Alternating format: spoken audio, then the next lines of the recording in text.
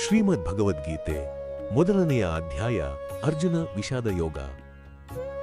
ತತಃ ಶ್ವೇತೈರ್ಹಯೈರ್ಯುಕ್ತೆ ಮಹತಿ ಸ್ಯಂದನೆ ಸ್ಥಿತೌ ಮಾಧವಃ ಪಾಂಡವಶ್ಚೈವ ದಿವ್ಯೌ ಶಂಖೌ ಪ್ರದಧ್ಮತುಃ. ಇದು ಭಗವದ್ಗೀತೆಯ 14ನೇ ಶ್ಲೋಕವಾಗಿದೆ. ಹಿಂದಿನ ಶ್ಲೋಕದಲ್ಲಿ ಕೌರವ ಸೇನೆಯು ವಿವಿಧ ವಾದ್ಯಗಳ ಭೀಕರ ನಾದದಿಂದ ಯುದ್ಧಕ್ಕೆ ಸಿದ್ಧವಾಗಿದೆ ಎಂದು ಸಂಜಯನು ವಿವರಿಸಿದನು. ಈಗ ಈ ಶ್ಲೋಕದಲ್ಲಿ ಕೌರವ ಸೇನೆಯ ನಾದಕ್ಕೆ ಪ್ರತಿಯಾಗಿ ಪಾಂಡವರ ಕಡೆಯಿಂದ ಯಾರ ಪ್ರತಿಕ್ರಿಯೆ ಬಂತು ಎಂಬುದನ್ನು ವಿವರಿಸಲಾಗುತ್ತಿದೆ.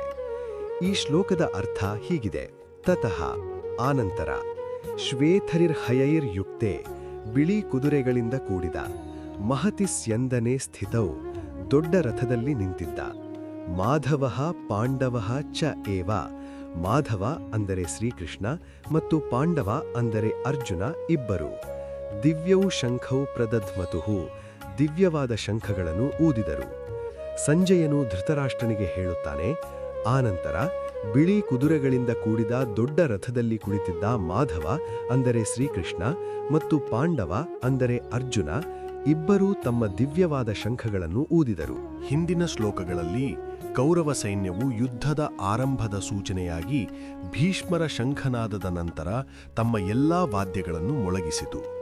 ಆ ಭಯಾನಕ ಶಬ್ದಕ್ಕೆ ಪ್ರತಿಯಾಗಿ ಪಾಂಡವ ಸೇನೆಯ ನಾಯಕರು ಪ್ರತಿಕ್ರಿಯೆ ನೀಡುತ್ತಾರೆ. ಈ ಶ್ಲೋಕವು ಪಾಂಡವರ ಪ್ರತಿಕ್ರಿಯೆಯನ್ನು ವಿವರಿಸುತ್ತದೆ.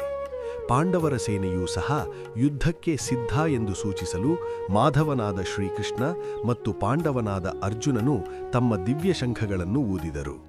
ಇದು ಕೇವಲ ಶಬ್ದವಲ್ಲ, ಬದಲಾಗಿ ಧರ್ಮ ಮತ್ತು ಅಧರ್ಮದ ನಡುವಿನ ಮಹಾಯುದ್ಧಕ್ಕೆ ನಾಂದಿ ಹಾಡುವ ಒಂದು ಸಂಕೇತವಾಗಿದೆ.